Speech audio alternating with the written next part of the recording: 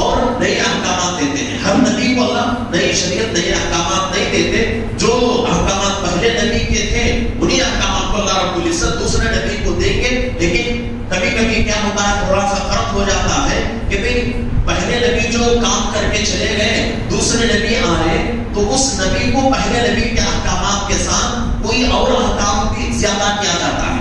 لیکن پہلے احکامات کو کینسل نہیں کیا جاتا, ثابت نہیں کیا جاتا. تو اس لیے جو ہے نبی اور رسول میں یہ فرق ہے. تو اس لیے اللہ رب العزت جو ہے اس آیت مبارکہ میں حضرت نوح علیہ السلام کا تذکرہ کر رہے ہیں.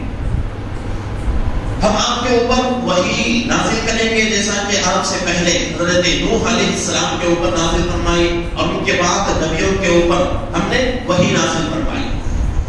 اب یہاں جو ہے حدیث جو ہے پہلی حدیث ہماری شروع ہوتی ہے. گزشتہ مجلس میں نے کہا تھا کہ ہمارا جو حدیث کا ذخیرہ ہمارے پاس موجود ہے, ہر حدیث جو ہے سچی ہے, ہر حدیث سچی ہے, یقین ہے ہمیں. لیکن حدیث کب معتبر ہوتی ہے, روایت کب معتبر ہوتی ہے, اس کے نقل کرنے والے جو سند ہے. گزشتہ مجلس میں نے کہا تھا کہ ہر حدیث کی سند ہماری اللہ کے رسول تک پہنچتی ہے. جیسا کہ میری سند بھی میں نے آپ کے سامنے سنائی کہ میں نے حدیث شریف کو پڑھا میرے استاد محترم حضرت مفتی احسان صاحب خاص کی دعوت برکاتہ سے.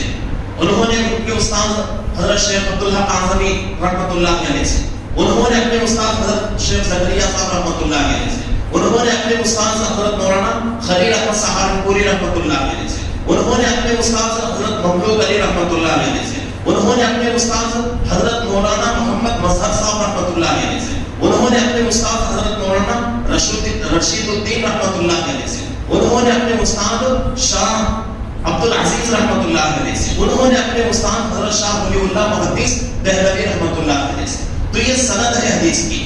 تو ہماری ہر حدیث کی سند جو ہے اللہ کے رسول تک پہنچتی ہے.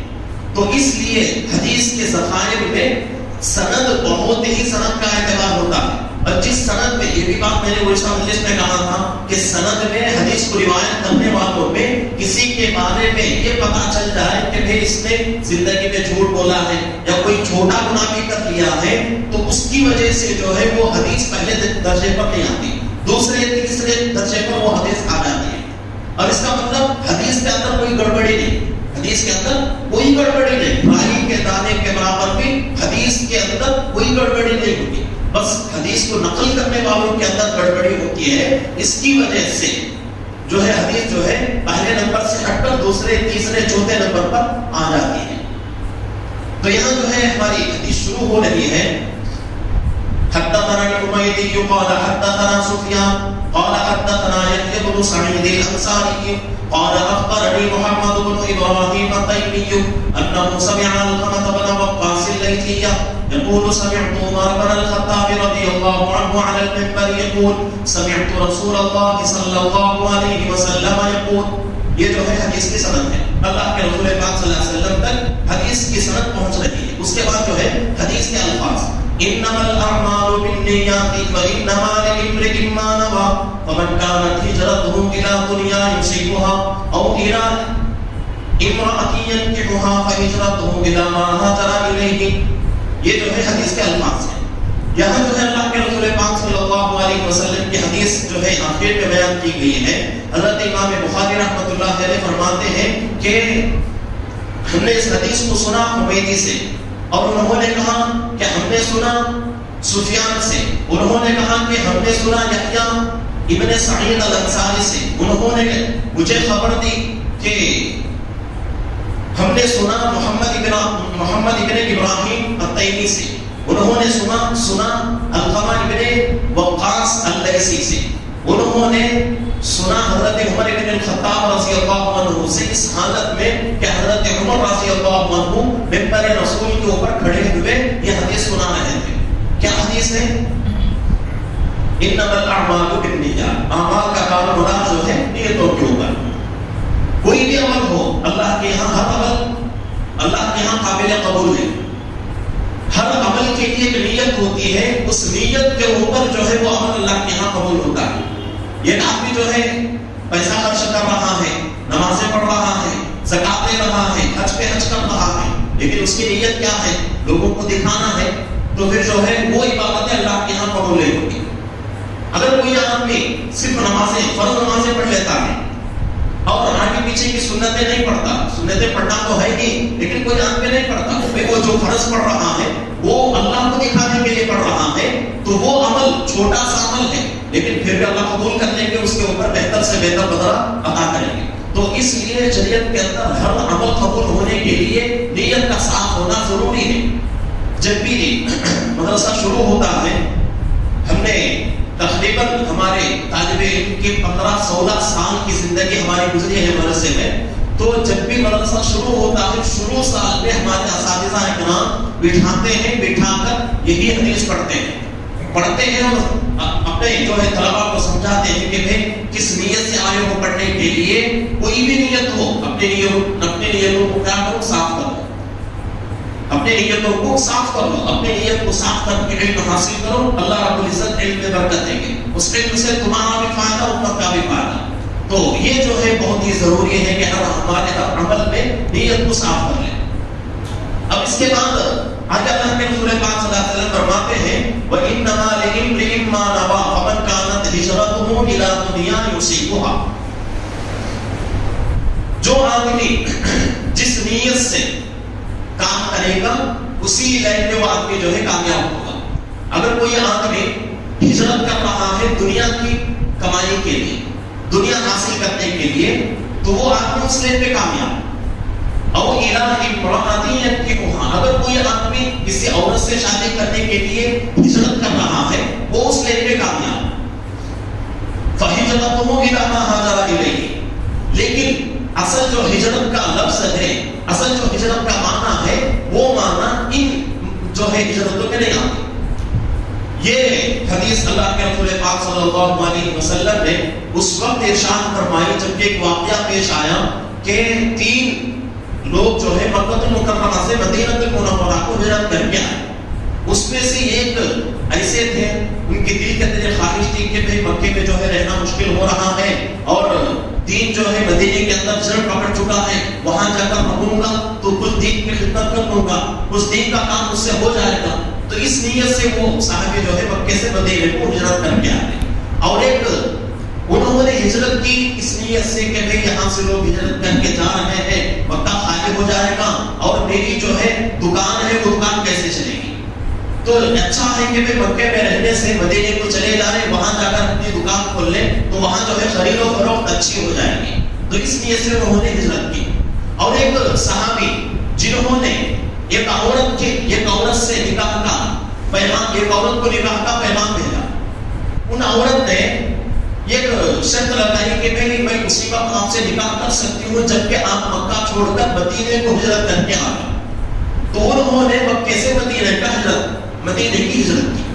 تو ان تینوں کا واقعہ جب پیش آیا تو اس وقت اللہ کے رسول پاک صلی اللہ علیہ وسلم یہ حدیث سنا رہے ہیں صحابہ کو کہ اعمال کا دار و مدار نیتوں کے اوپر ہوتا ہے، اعمال کا دار و مدار نیتوں کے اوپر ہوتا ہے۔ ہجرت جو ہے بہت ہی اونچا عمل ہے، ہجرت بہت ہی اونچا عمل ہے۔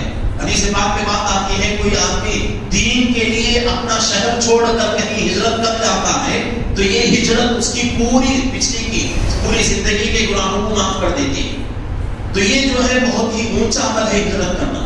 لیکن اگر کوئی آدمی دنیا کے لیے ہجرت کرتا ہے تو اس کو یہ ثواب نہیں مل سکتا، اس کے گناہ معاف نہیں ہو سکتے۔ کوئی آدمی کسی عورت سے نکاح کرنے کے لیے ہجرت کرتا ہے تو اس کو یہ ثواب نہیں مل سکتا۔ اگر کوئی آدمی گناہ کرنے کے لیے ہجرت کرے، گناہ کرنے کے لیے کہ بھئی یہاں سے وہاں جاؤں گا اور وہاں جو ہے بہت ہی جو ہے اچھا جو ہے کمانے کے لیے مجھے مل جائے گا حرام طریقے سے، یہ بعض جگہوں میں جو ہے سود کا بہت ہی زیادہ لین دین ہوتا ہے، بعض جگہوں میں رشوت کا بہت ہی زیادہ لین دین ہوتا ہے، تو وہاں جا کر کے جو ہے اپنی دکان چلا لوں گا، اپنی کمائی کر لوں گا، بہت ہی بہتر ہے۔ تو ہمارے فقہاء کرام فرماتے ہیں، حضرت امام شافعی رحمۃ اللہ علیہ کا بہت ہی اس کے اوپر بہترین قول ہے کہ حضرت امام شافعی رحمۃ اللہ علیہ فرماتے ہیں اگر کوئی آدمی گناہ کے ارادے سے سفر کر لیتا ہے تو وہ آدمی مسافر نہیں ہو سکتا، وہ آدمی مسافر نہیں ہو سکتا۔ اگر کوئی آدمی 80-5 کلومیٹر سے زیادہ چلا گیا تو اس آدمی کے اوپر 4 رکعت والی نماز آدھی ہو جاتی ہے، 2 رکعت ہو جاتی ہے، قسم اس کے اوپر ہے اور سنتیں معاف ہو جاتی ہیں۔ اگر فرض 4 رکعت پڑھنا چاہے تو 4 رکعت نہیں پڑھ سکتا. 4 رکعت اگر کوئی آدمی پڑھے گا تو وہ آدمی جو ہے گنہگار ہو جائے گا. کیوں؟ 2 ہی جو ہے 2 رکعتوں کا ہی حکم ہے. تو حضرت امام شافعی رحمۃ اللہ علیہ فرماتے ہیں کہ اگر کوئی آدمی لمبا سفر کیا, اس کی نیت جو ہے گناہ کی ہے, تو وہ آدمی بنیادی طور پہ مسافر بھی نہیں ہو سکتا. بنیادی طور پہ مسافر بھی نہیں ہو سکتا. جب مسافر ہی نہیں ہو رہا ہے تو ہجرت کا ثواب کہاں سے مل سکتا ہے؟ تو اس لیے نیتوں کو درست کرنا بہت ہی ضروری ہے. اب آگے جو ہے دوسری حدیث ہے. حدثنا عبد الله بن يوسف قال اخبرنا مالك عن هشام بن عروة عن أبيه عن عائشة أم المؤمنين رضي الله عنها أن الحارث بن هشام سأل رسول الله صلى الله عليه وسلم فقال يا رسول الله كيف يأتيك الوحي؟ فقال رسول الله صلى الله عليه وسلم أحيانا يأتيني مثل صلصلة الجرس وهو أشده علي فيفصل عني وقد وعيت عنه ما قال وأحيانا يتمثل لي الملك رجلا فيكلمني فأعي ما يقول. قالت عائشة رضي الله عنها ولقد رأيته ينزل عليه الوحي في اليوم الشديد البرد فيفصل عنه وأن جبينه لا يتفصل عرقا. اس حدیث پاک میں اب اللہ کے رسول پاک صلی اللہ علیہ وسلم کے اوپر جو وحی نازل ہو رہی ہے اس وحی کا تذکرہ یہاں ہو رہا ہے. حدیث کے الفاظ یہ ہیں کہ ہشام بن عروہ انہوں نے اپنے ابا سے اس حدیث کو نقل کیا. ان کے ابا جو ہیں انہوں نے حضرت عائشہ رضی اللہ عنہا جو کہ امت کی ماں ہیں, ہم سب کی ماں ہیں, ان سے یہ حدیث نقل کر رہے ہیں. ام المؤمنین رضی اللہ عنہا ان الحارث بن ہشام, حارث بن ہشام نے رسول اللہ صلی اللہ علیہ وسلم سے سوال کیا. فقال یا رسول اللہ کیف یأتیک الوحی, آپ کے اوپر وحی کیسے نازل ہوتی ہے؟ وحی جو ہے آپ کے اوپر جو نازل ہوتی ہے اس کی شکل, اس کی صورت کیا ہے, کیسے نازل ہوتی ہے؟ فقال رسول اللہ صلی اللہ علیہ وسلم, رسول اللہ صلی اللہ علیہ وسلم ارشاد فرما رہے ہیں یأتینی مثل سلسلۃ الجرس وهو اشده علیہ. وحی جو ہے بہت طریقوں سے نازل ہوتی ہے. وحی کے نازل ہونے کے بہت سارے طریقے ہیں.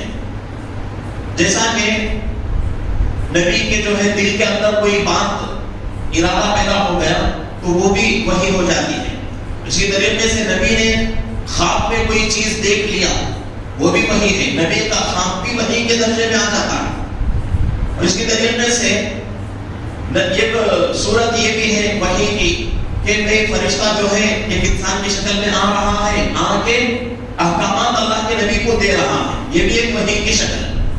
تو یہاں جس شکل کا تذکرہ ہو رہا ہے, جس صورت کا اللہ کے رسول پاک صلی اللہ علیہ وسلم تذکرہ کر رہے ہیں وہ ہے, اور اس کے بارے میں اللہ کے رسول فرما رہے ہیں کہ یہ قسم اور یہ شکل جو ہے میرے اوپر بہت سخت ہے. یہ شکل اس طرح میرے اوپر جو ہے وحی نازل ہونا یہ میرے لیے بہت ہی تکلیف کا باعث, بہت ہی جو ہے مجھے تکلیف ہوتی ہے اس سے. اور وہ شکل کیا ہے؟ سلسلۃ الجرس, گھنٹی کی آواز. اب کوئی حکم نازل ہو رہا ہے تو اس سے پہلے کیا ہوتا ہے؟ گھنٹی کی آواز آتی ہے, بل کی آواز. اور یہ بل جو ہے کس کو کہتے ہیں؟ لوہے کو, اور لوہے کے جو ہے ایسے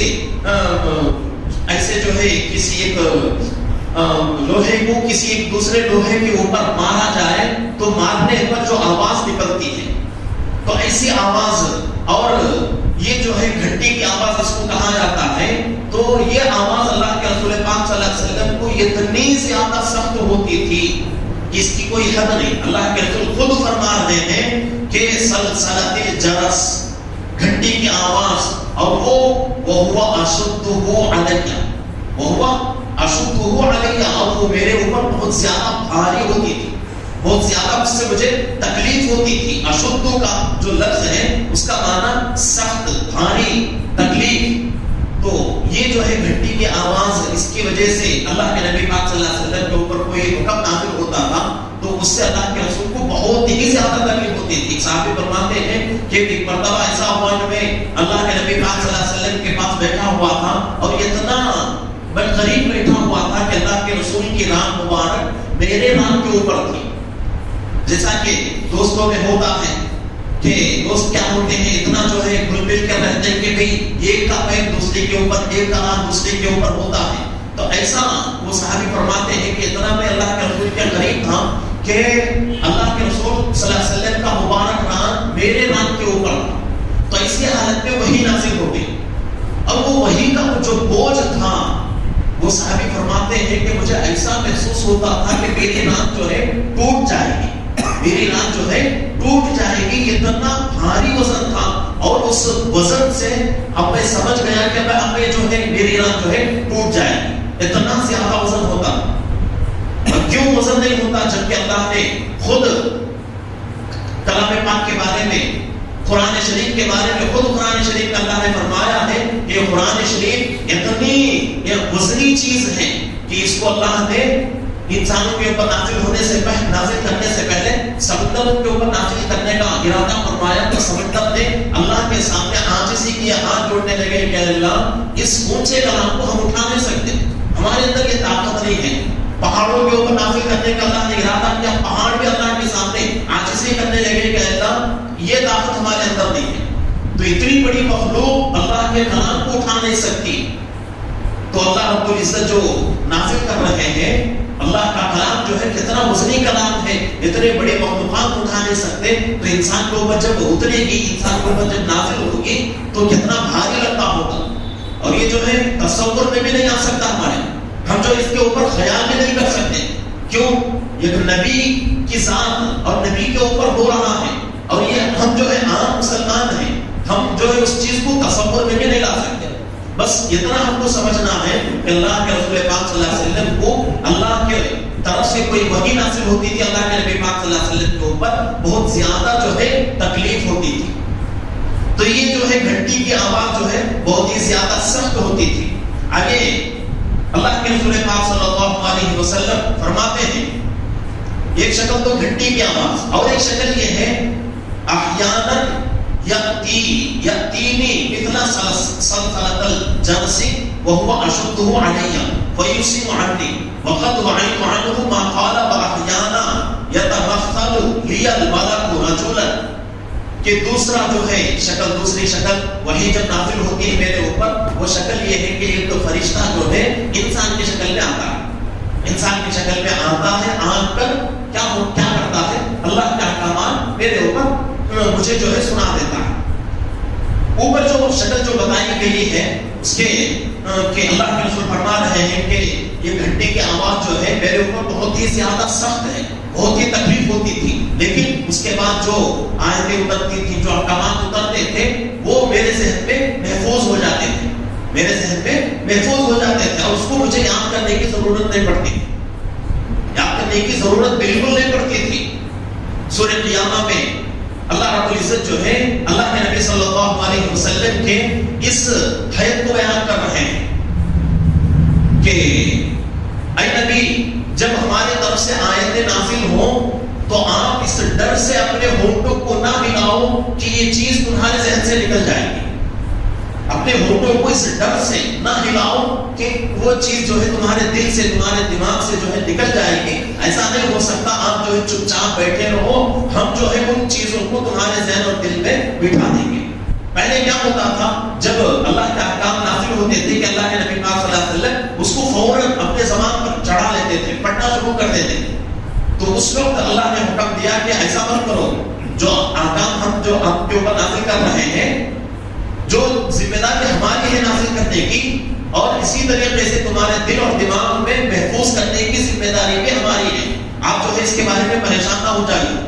تو یہاں اللہ کے رسول پاک صلی اللہ علیہ وسلم فرماتے ہیں کہ گھنٹی کی آواز کے ذریعے سے وہی آتی تھی اور اس کے بعد جو ہے وہ چیز میرے اوپر بھاری ہو جاتی تھی. لیکن اس کے بعد جو ہے وہ چیز، جو بھی احکام نازل ہوتے تھے وہ میرے ذہن میں بیٹھ جاتے تھے، میرے دل میں بیٹھ جاتے تھے. اگر آپ اللہ کے رسول پاک صلی اللہ علیہ وسلم دوسری شکل فرما رہے ہیں کہ دوسری شکل یہ ہے کہ ایک فرشتہ آتا تھا انسان کی شکل میں اور اللہ کے احکامات میرے تک پہنچاتا. جب فرشتہ جو ہے انسان کی شکل میں آتا اور اللہ کے احکامات مجھ تک پہنچاتا تو وہ چیزیں بھی اللہ رب العزت میرے ذہن میں بٹھا دیتے تھے. ایسا نہیں کہ میں صرف گھنٹی کی آواز کے ذریعے سے جو وحی نازل ہوتی ہے اسی کے اندر یہ چیز ہو رہی ہے اور انسان کی شکل میں فرشتہ لا کر جو چیزیں دے رہا ہے وہاں اللہ رب العزت جو ہے اللہ کے نبی کے دل میں دماغ میں نہیں بٹھا رہے ہیں, ایسی بات نہیں. اس کے بعد بھی نبی کے پاس جبرائیل علیہ السلام ایک انسان کی شکل میں آ کر جو احکامات دیتے تھے وہ احکامات پہ اللہ رب العزت کیا کرتے تھے, اللہ کے نبی صلی اللہ علیہ وسلم کے دل اور دماغ میں بٹھا دیتے تھے.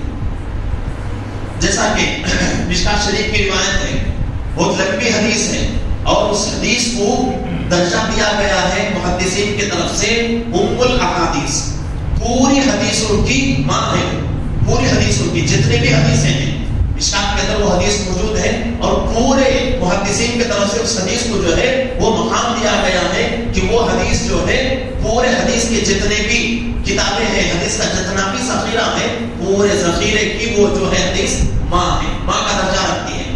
تو اس حدیث کے اندر حضرت جبرائیل علیہ السلام ایک انسان کی شکل میں آ رہے ہیں اور وہاں جو ہے بہت لمبی بحث موجود ہے, وہ تمام باتیں ہم سے نہیں کرنا ہے. اگر وہ تمام باتیں ہم سے کریں گے تو ہمارا جو اصل مقصد ہے وہ کسی دوسرے راستے پر چل جائے گا.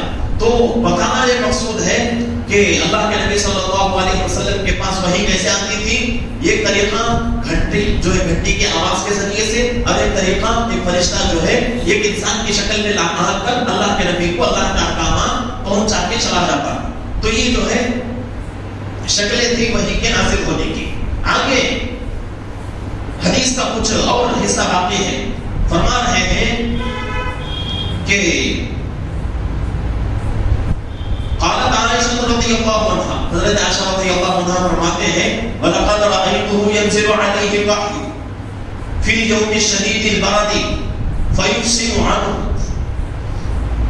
کہ حضرت عائشہ رضی اللہ عنہا فرماتی ہیں کہ ایک مرتبہ میں نے اللہ کے نبی صلی اللہ علیہ وسلم کو دیکھا, آپ کے اوپر وحی نازل ہو رہی ہے. اب وہ زمانہ بالکل سردی کا زمانہ, بالکل عرب کی سردی تو بہت مشہور سردی ہے.